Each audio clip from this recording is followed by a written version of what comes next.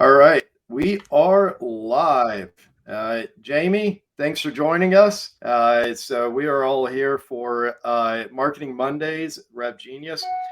So we have Jamie Hagan. Did I say that right? Correct. Yeah. Awesome, awesome. So Director of Marketing at Selligence. Welcome, Jamie. No, it's great to be here. I've been listening in for the last few months, so it's fantastic to be on the other end. Awesome, awesome. Where are you out of? Cardiff. So if typically when we speak to people in the US, they gauge where somewhere is in the country based on how far it is from London. So it's about 2.5 hours on the train from London. Got it. Got it. Awesome. Awesome.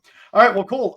Topic today is building a scalable content marketing strategy, which having spent the bulk of my career as heads of marketing, growth, demand gen, partnerships, is a topic near and dear to my heart, especially given what's going on right now, where all the easy buttons seems to have broken all at once. I'm not sure how effective those EV buttons ever were, but so to a very large degree, it's sort of back to basics and doing the stuff that we ought to have been doing kind of from start. And I'm a firm believer content has always been king. Yeah, let's hop into it. First off, tell us a little bit about Selligence, what you do over there, and then we'll get into the topic for today.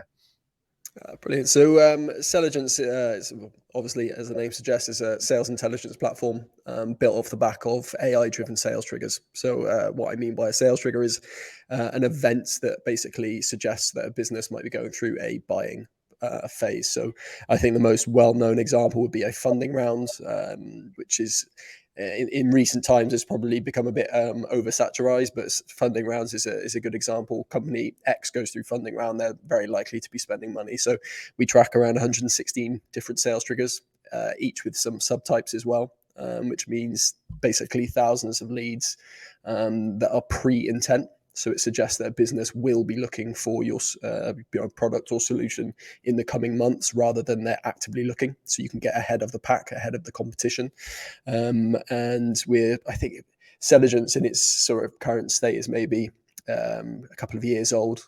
Previously, we focused on the staffing recruiting market, but now very much solely focused on the sales industry. Awesome.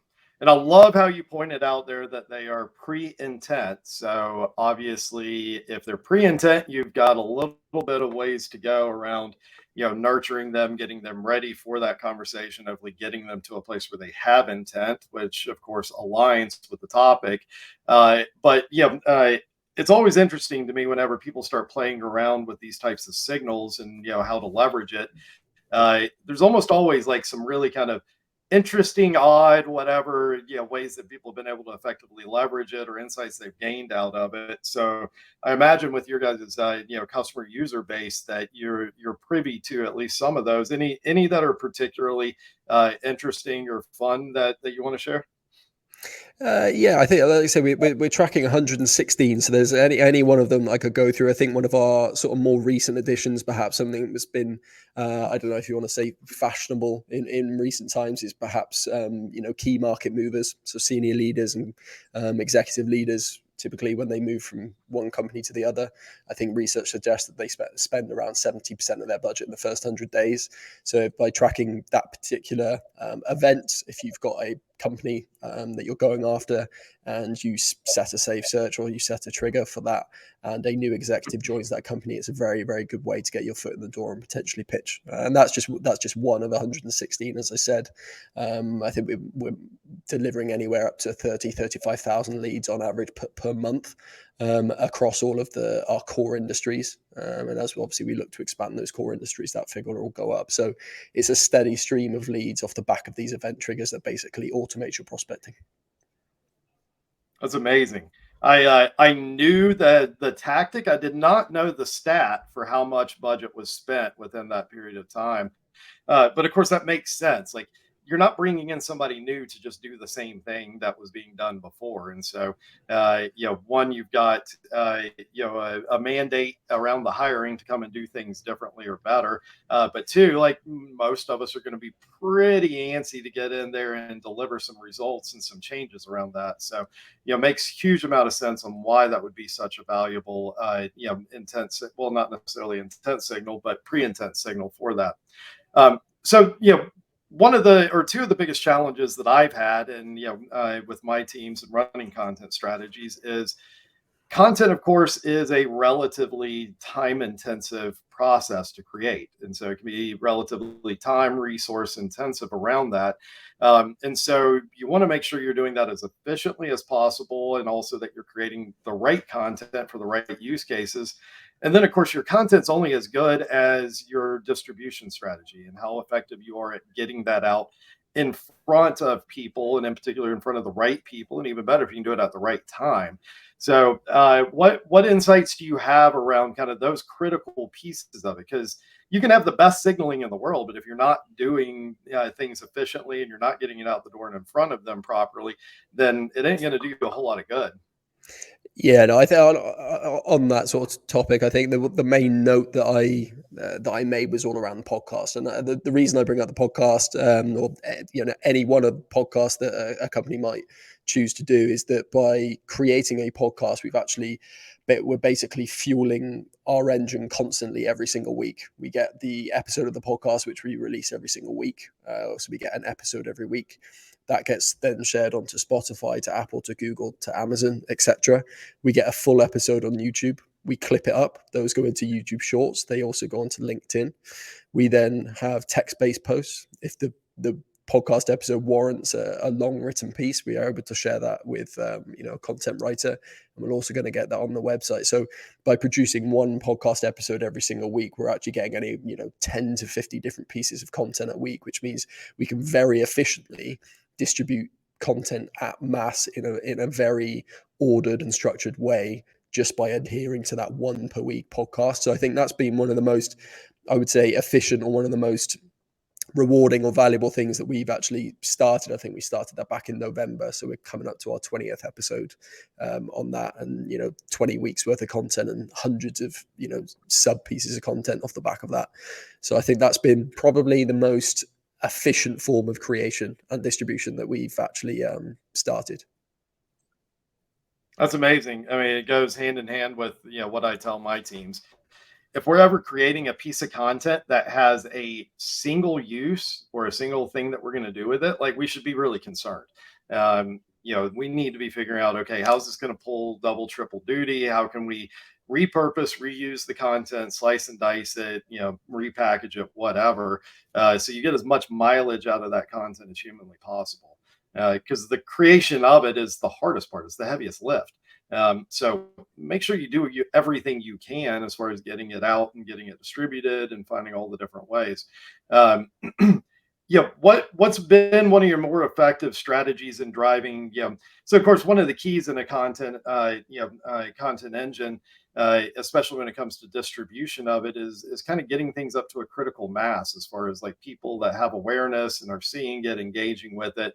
So you get that flywheel spinning, and once you've got it spinning, it takes a whole lot less effort to keep that going. What have been some of the more effective ways that you've had or used to get it to that initial scale, that initial critical mass, as well as, are there, tweaks to that strategy, or ways that you, as you transition into that maintenance sort of, flywheel piece of it?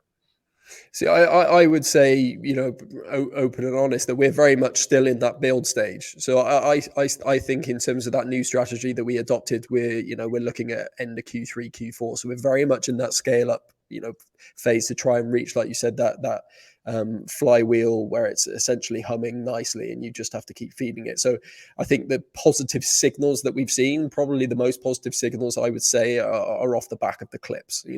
We produced a podcast which sits on the website and sits on YouTube, but the clips, we're getting thousands of views of on LinkedIn, and even organically. I'm not even talking about paid here. Organically on YouTube, I think we posted clips last week from Outbound 2.0, and one of them's 1,000 views, and we only shared it last week as a YouTube short.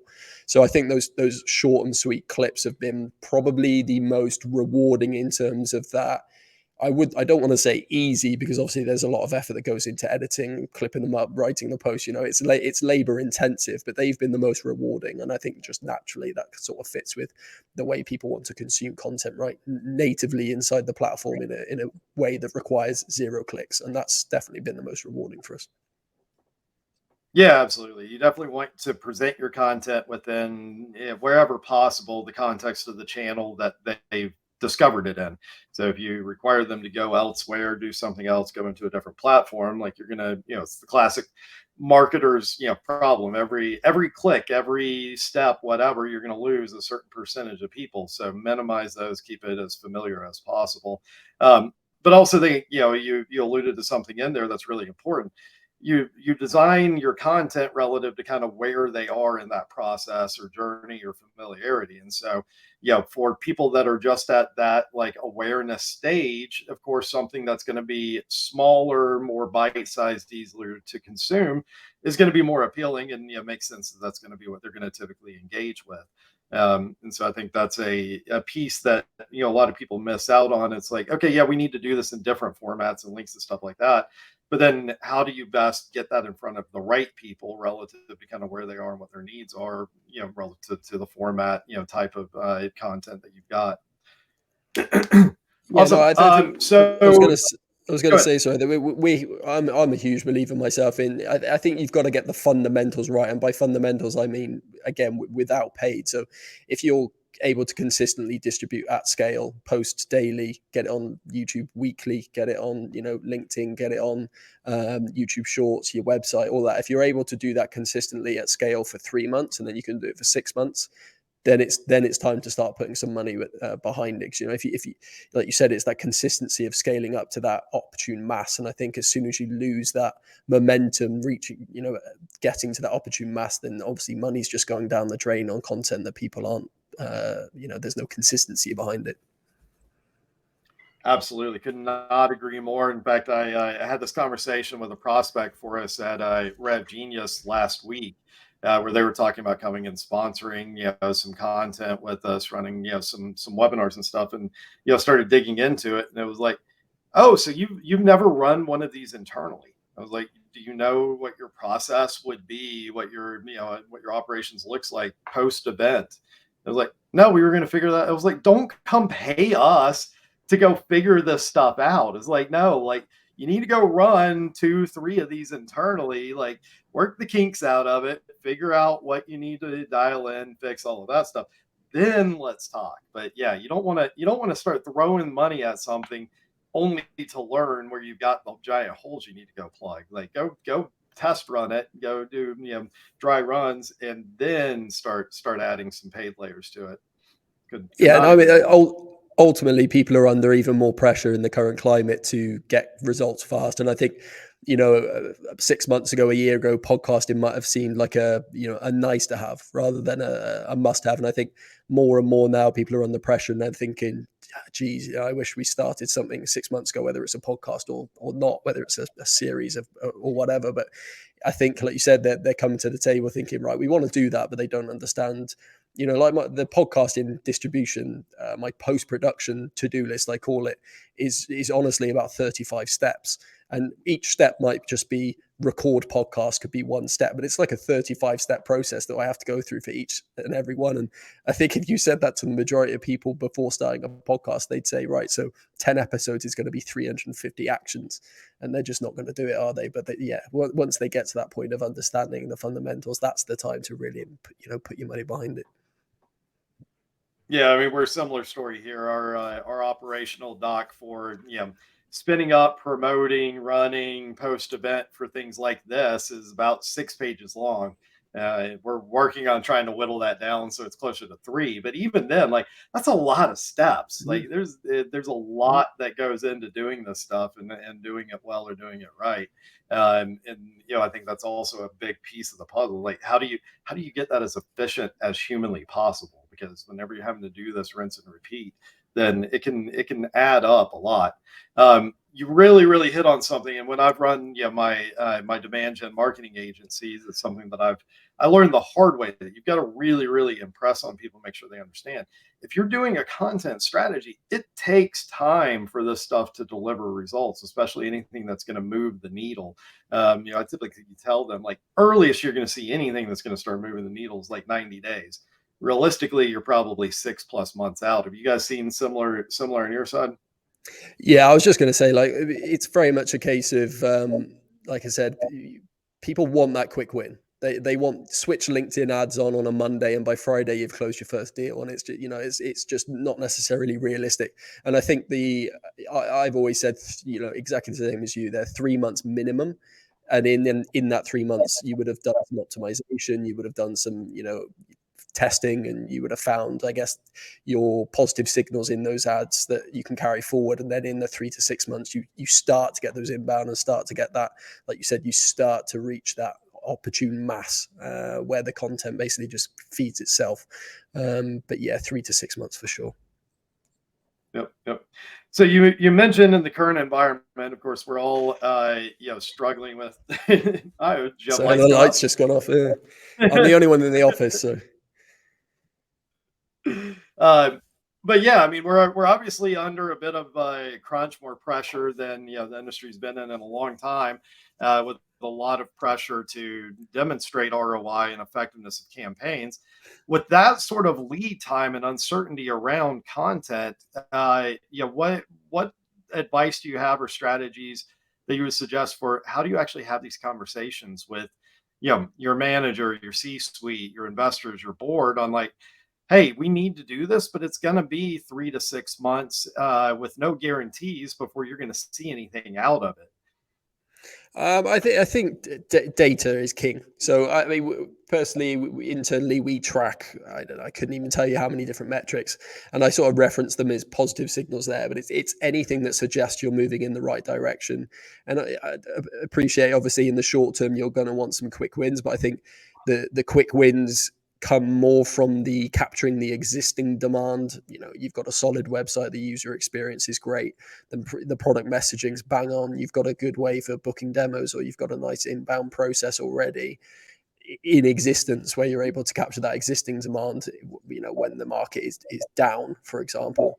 And then obviously long term, you're investing in fueling that, capturing the demand by creating the demand, which takes more time. But I think as long as you can show those positive skills, that are positive signals, sorry, that are all pointing in the right direction, month on month, you're getting 10-50% growth in organic visitors to the website, you're getting 5% growth on your LinkedIn followers, whatever it is, every single month, then at least in the short term, you've got some sort of, value that you can show internally.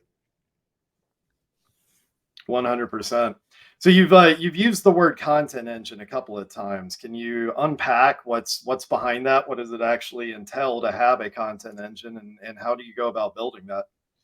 Okay, so I think from our perspective, building a content engine, I think you've got I guess the structure of it, and then the ultimate goal of it. I think the goal for us is essentially to create an owned audience. What I mean by an owned audience is people who are subscribed, right?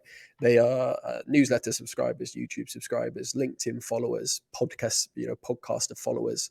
They come back and check on your blog every time you send them an email. And I think the goal for us is to build content that provides value, education, upskilling people so that they keep coming back for more and they subscribe, which, as you said, ultimately over time, you're building up that mass of subscribed followers, engaged users, and it's going to cost you less and less to retain them. Obviously, as you grow and scale, the speed at which that you're getting those subscribers and followers is naturally going to increase. So the content engine for us is purely targeted at leveraging those owned media channels, treating ourselves like a media house rather than a old stuffy B2B company. And a media house. I guess what I mean by that is people rely on us as a source of consistent, repeated, quality information that they keep coming back for in the same way that they might do a traditional media house. So I guess that's our main focus in terms of, the goal of that content engine. And then I think there's some key parts to that content engine for us. I think SMEs internally is a massive thing. So most companies will have a sales team, a customer success team, people who have worked in the staffing industry, for example, which are 3 of our core markets. So we rely on those SMEs and we lean on those SMEs internally to help us produce that valuable content. Quality, so it's massive. So we don't share something, I think you touched on it earlier, unless it's valuable to our ICP and unless it, can be distributed across multiple channels. The consistency of it and the point of view, I think, is another one. We always want to have a point of view. Our point of view is, based around sales triggers, obviously for Selligence, in that, we believe sales triggers are the future. That pre-intent is the future. It's more optimal. It's more efficient. You get high outbound success rates. So that is our point of view. So quality, consistency, point of view, and owned media or owned subscriber channels are probably big parts of our content engine or content strategy. Awesome. Sorry. So you mean actually focusing on value add helps? That's as opposed to Yeah, no, 100%. I think it's a lot easier to persuade someone to subscribe and keep coming back for more if it's useful to them, right? If you're just trying to peddle something, then people are going to switch off straight away. I think when you see posts on LinkedIn, if someone's saying, check out our new product release, XYZ, or here's something that will save you 3 hours of time and it's for free. People want that sort of media, and I think we're producing the content anyway. And in all honesty, it would be a hell of a lot more time-consuming, cumbersome, annoying, frustrating, whatever you want to call it, to gate it, to produce all of the sequences or automated sequences that follow up. So it's actually a lot easier to produce great content, which that should be where your focus is, and then just put it online and distribute it as well as you can without then asking for more off the back of it and having to manage all of that follow-up process after it. If you do that consistently and at scale, people will come to you. You won't have to go out and actively look for them. Yep, could not agree more. It's always one of my favorite things whenever I'm trying to do somebody a solid or help them out, and they're like, "Hey, I need, can somebody take a look at our content strategy?" It's like, we've been posting like regularly for X amount of time and like nothing's happening. Like you go look at it, it's like, well, all your content is like thinly veiled sales pitches, if there's any veil at all. It's like, well, maybe you should actually focus on some value add there. But that raises sort of the next question within that. How do you select or figure out what topics or what to write on from a value add standpoint? That's purely dependent on your ICP. So I'll take Selligence as an example. Our core ICP is sales. So we have sales guys that speak to our ICP every single day. So that's probably, so just behind my monitor would be where sales would sit. And I then, to my right, I've got CS. So I've got sales and CS feeding back to me constantly. I hear them on the phone. I ask them, I'm very, very nosy. What are people talking about? What are people struggling with? Like, at the minute, it's the market's downsizing. People need leads. People are struggling with their outbounds. Response rates are down. Demo turnover rates are down. People just need more leads and higher quality leads to fuel it. So we try and position our content as much as we can based on the pain points of our ICP, and how very, very like a sprinkle of how we can directly help support that. But the main goal is just how we can help, how we can upskill the pain points of our ICP. That's awesome. That's always been one of the most effective strategies I've had when I was running marketing teams, is making sure I've got tight alignment and two-way communication with the sales team.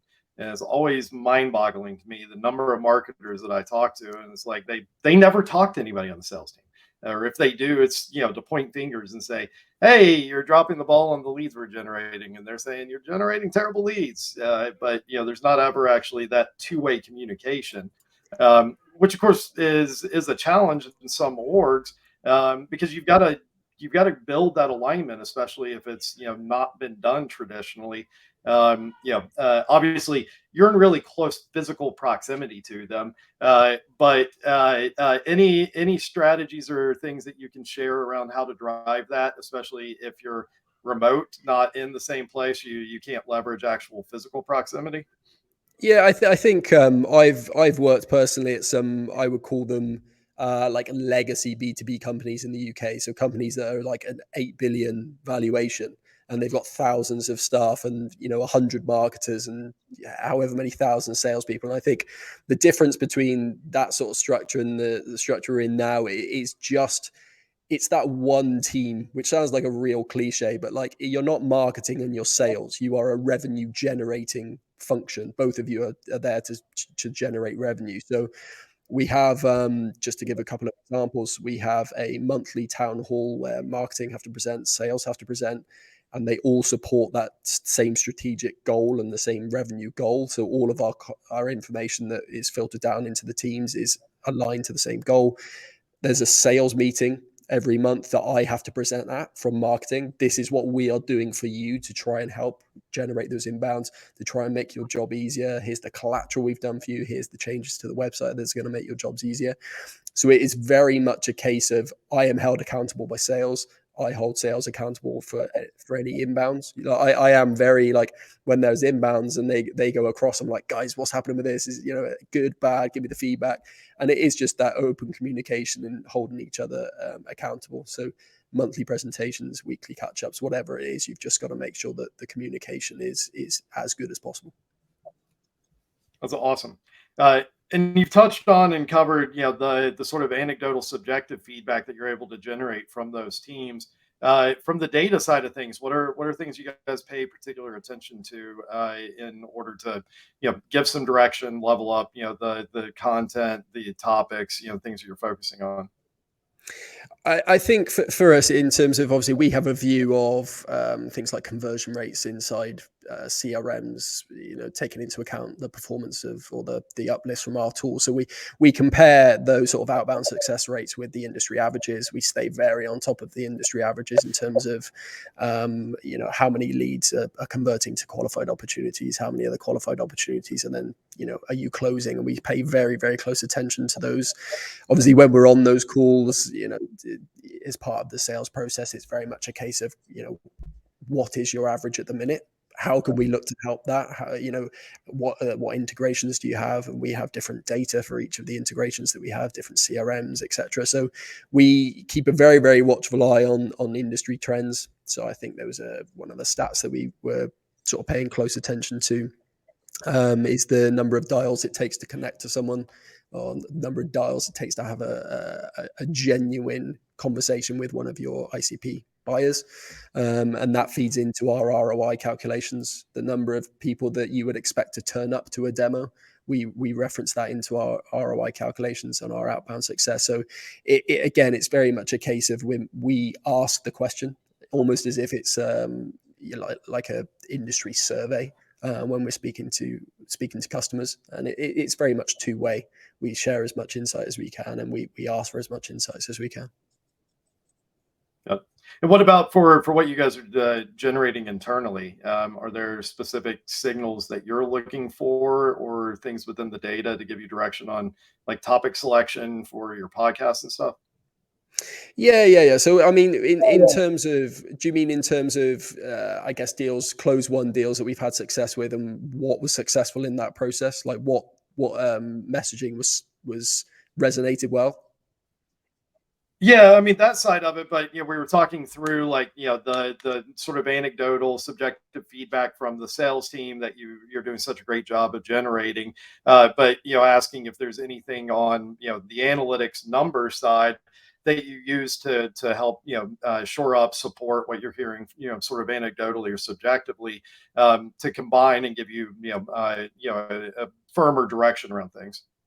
Yeah, I mean, like I said, in terms of that internal tracker that I've got for marketing, there's just to give a bit of background, there's a tab for website, LinkedIn, YouTube, podcast, every imaginable channel that we're basically pushing content out on, every imaginable channel that we can get data for, and we log that every single month, and then we compare that to the, like you said, those insights that we're getting from the sales team, and the insights might be, this went down very well, and we'll cross check that against certain pages on the website, certain content pieces. I think one of the content pieces that is doing really, really well for us at the minute actually talks about UK salaries being lower than the US and the UK, and then that content piece actually came off the back of a call from one of our staffing clients, who said that there was one of the questions that they were asked most in their sort of field was that, and we produced a piece of content around it, and it literally is our best performing piece of content in terms of organic SEO every single month. So it's definitely a two-way street.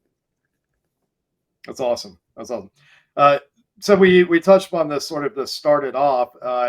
Selligence is generating pre-intent signals for customers, which of course entails somewhere around that journey after the pre-intent. So you need to get to an actual intent signal, and content for me has been one of the most effective ways to get there. But what type of intent signals are you guys internally, or your advice that you have for your customers, to take that from like pre-intent to an actual intent signal?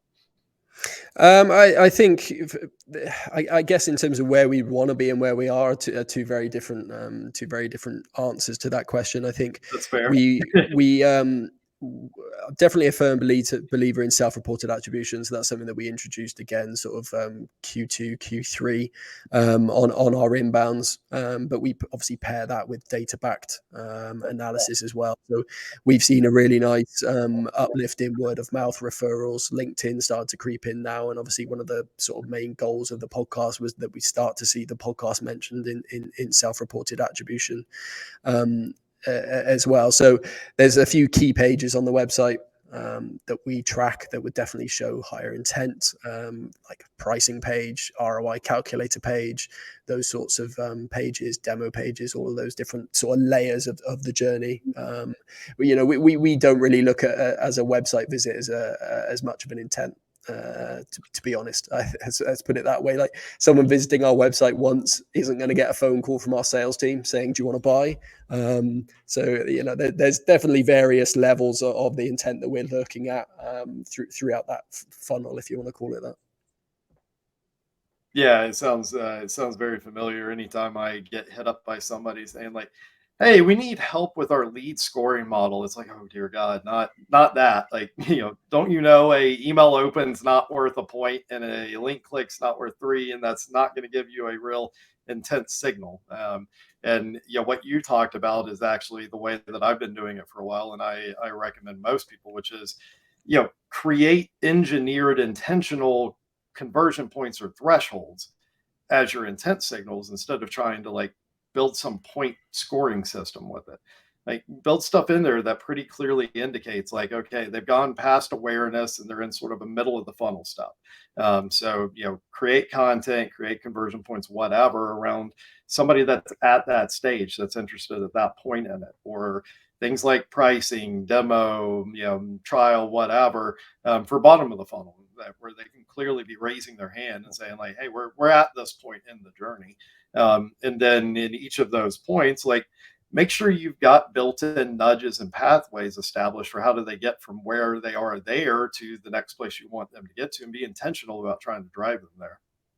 Yeah, I mean, like you said, those nudges, one of the simplest nudges, if you're running LinkedIn ads, is obviously you have your audience built on specific pages and timeframes and things.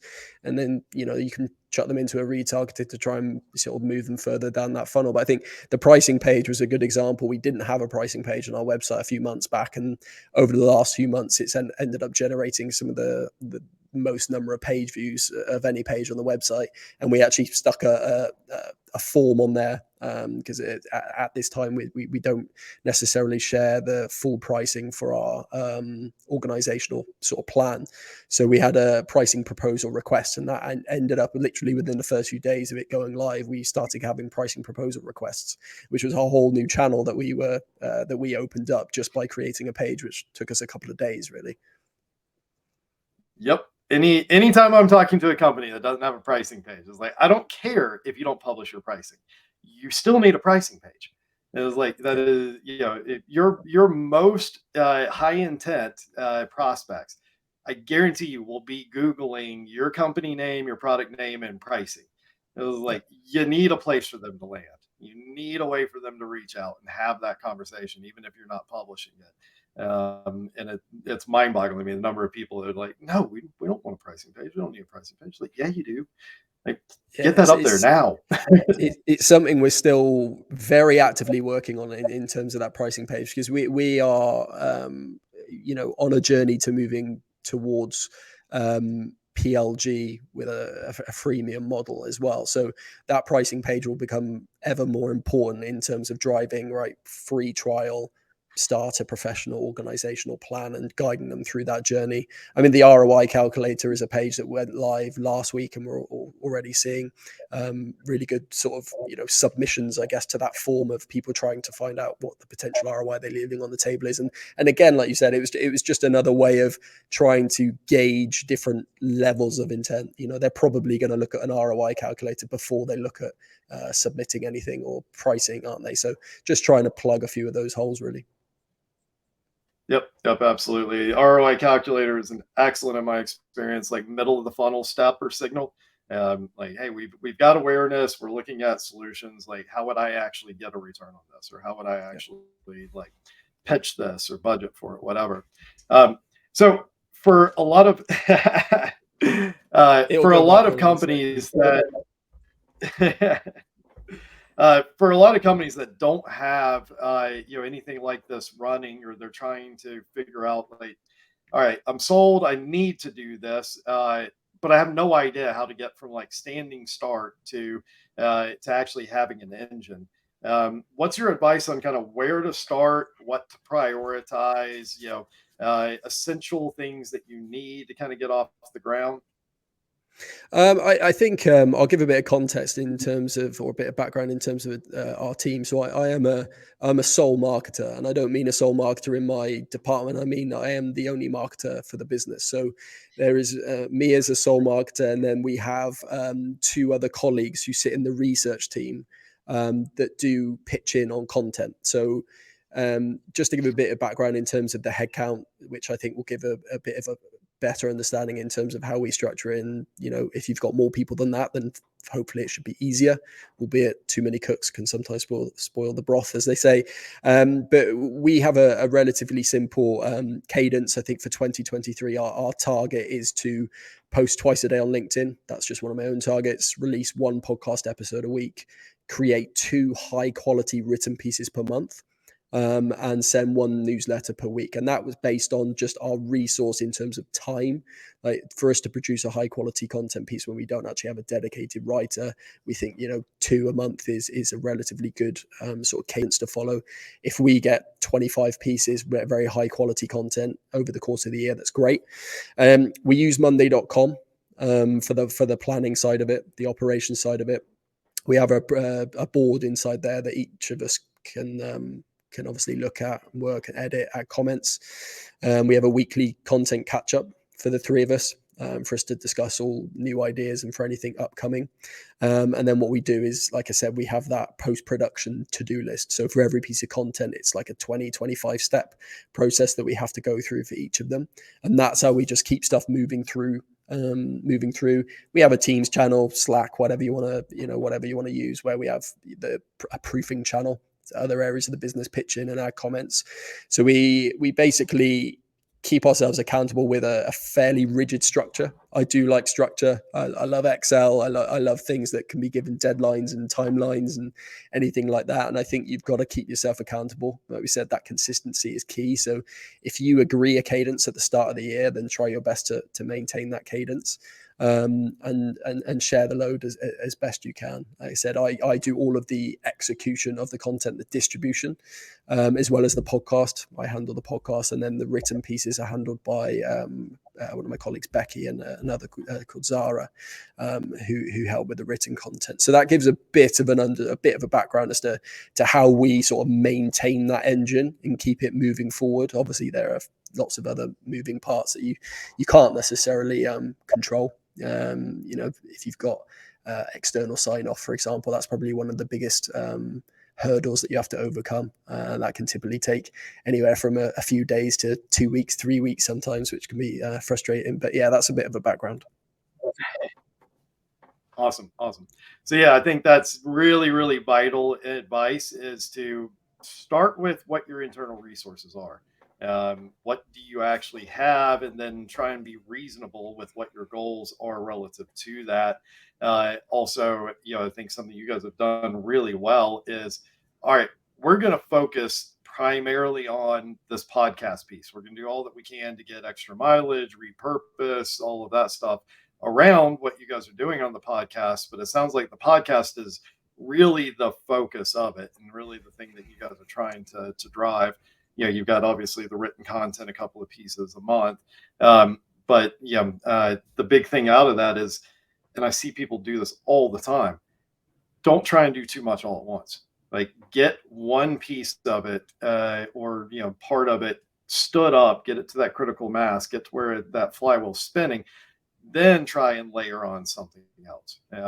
But focus on what you can do, focus on executing on that, doing that regularly, and being really, really consistent with it. And then, that's the other piece that we had talked about. Like, it takes time. So like, don't get 3 weeks into your content strategy and say like, well, we're not generating anything out of this, so let's go over here and do this. Like, God, what a recipe for disaster. Yeah, I think a good example of that is Diary of a CEO. Everyone knows Diary of a CEO podcast, but I think it took something like between a year and 2 years, it was just flat. They didn't grow at all for a year or 2 years, and then it just, hockey stick growth. It just went absolutely mad. And I think even Stephen Bartlett said, if you're going to do a podcast, you need to stick to it for a year or two before you'll see any, measurable, demonstrable, whatever you want to call it, results. And I think, base it purely off your resource. I'd love to be on TikTok. I would love to be on Facebook and Instagram and all these other channels. We're a marketing team of one with 2 people who work in research who help a lot with the content, but that's still there's no dedicated resource for writing that content. And try not to be grass is greener syndrome. There are marketing teams that produce very good quality content at scale, but there's 40 marketers in that team. Monday.com, I think I saw on LinkedIn, this was a very interesting one. It was like how Monday.com like absolutely owned SEO, and look at the organic growth they had. But they hired 15 content writers who each produced a certain number of content pieces a month, and it ended up being like 1,000 content pieces over a year. And that drove, basically, they just owned all like organic sort of media or content in that space. But how much did it cost for those 15 content writers, and how much did it cost for the marketers to promote the content and distribute the content? And I think it's just be realistic for the resources that you have from the get-go. Yeah, absolutely. I mean, it sounds a very similar story to HubSpot. That was sort of the secret to HubSpot getting in the place they were. Like, they were, as much as they were a technology company selling a MarTech product, they were also a just media company. They were generating just so much content and driving so much traffic to their site, and so many inbounds. Like, I had a conversation with one of their heads of growth at one point, and they were talking about like, we don't do demand gen. It was like, we have the contact information of every single prospect that we could sell to. Like, at some point, they've come to the site, they filled out a form, like we touched them. And it was like, that's kind of insane to say. But yeah, I mean, they are, they're right up there as one of the kings of, how do you execute on that strategy? But, absolutely, to your point, part of how do you execute on that strategy is having enough resources to have a big enough team to create that much content. Yeah, no, What are some of the I was just going to Sorry. say, if you type pretty much any marketing related question or query into Google, HubSpot are going to be ranked in the top 3 to 5 positions, and they have literally answered every single conceivable question people might have about how to do their job, and it's worked extremely well. But they were the first people to do that, so I think now everyone's trying to Mhm. do it, which is why it's so difficult to rank. Yep, absolutely. So for those companies that are not fortunate enough to have those kinds of resources, any strategies that you can recommend, tips or tricks on how to do it on a shoestring, especially if they're running like a marketing department of one like you. Yeah, you've got to think best bang for your buck. Honestly, the podcast is, in terms of just internally for ourselves, is best bang for a buck. So we I think we use Riverside.fm, which is about $29 a month. And we use that to record. The reason we use it is because you can quickly clip up into various different layouts and stuff for LinkedIn or for YouTube. So $29 a month for that. It costs us nothing to get people onto the podcast. It costs us nothing to post it on LinkedIn. The only other thing you would need is a piece of editing software if you wanted to do specific clips and things. I think, again, you can use iMovie, which is free. We're lucky enough to have an internal designer as well, and that designer has the Adobe suite, so we have Premiere Pro that we use. But aside from that, it really the only cost associated with our podcast outside of paid advertising is $29 a month. Canva again is free. We use Canva for basically everything to do with that. So the podcast is definitely the best bang for your buck. It's definitely labor intensive, but anything done on a shoestring is probably going to be overly labor intensive. But the results off the back of the podcast are fantastic. Awesome. And yeah, you mentioned, in a couple of places using internal resources, whether that was, additional team members that can help carry the load on, the creation of the content, an internal designer that you have, primarily sounds like for, other use cases within it. But I think that's also critical is like, take a look at your team, take a look at what resources you have internally, what talent, what things that you have to lean on. A big piece of that is like spend a little time doing a little discovery, because you may find like you've got people that have talents or backgrounds and things that you weren't even aware of that you can leverage. And so, it may, at first glance be like, well, we got no help here. But if you take a few minutes and kind of talk through, like, all right, these are our needs, this is where we're trying to go. Like, what do we actually have internally? Yeah, on those monthly town halls that I was on about, and those monthly presentations that I give, or those monthly updates that I give, it was off the back of one of those actually that I think Rebecca, who is our research manager, but she's probably the main contributor in terms of written content, in terms of those high quality long form pieces, and it was off the back of one of those I think, and Becky touched base, and she said, "Oh well, actually, I've got a background in journalism," and I was like, amazing, great journalism. I was like, fantastic. And then you start, like you said, you start opening up these other channels. And I would almost I would bet my mortgage, my house, on the fact that you have probably got someone in your business with an English degree, whether that's like English literature or English language. You've almost certainly got someone who has got a design based degree. And all these people, they are typically looking for a creative outlet. And writing or designing is a creative outlet. So, yeah, make friends with people, have coffee with people. Open up the conversations. I always say, if anyone wants to help or if anyone's got any great ideas, just come to me, and we'll try our best to look at it and work with it and see what we can do. Yep. As always, over communication solves a lot of things. And yeah, to your point, ironically, maybe not, uh, best web dev that I've ever hired, I hired straight out of college as an English major.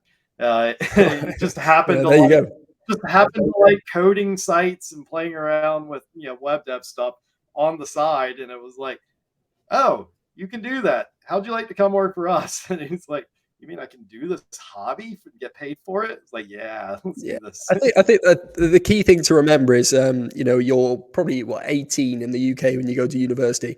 18-year-olds don't really know what. There's not many 18-year-olds that know what they want to do when they're 30 or 40. So the chances of someone doing a degree in English or maths or science and then going on to do something completely different is very, very high. So just because someone is, a web dev, or just because someone's a research manager or someone works in sales, it doesn't mean that they don't have a degree in English and they love writing poetry. Like, you just don't know, do you?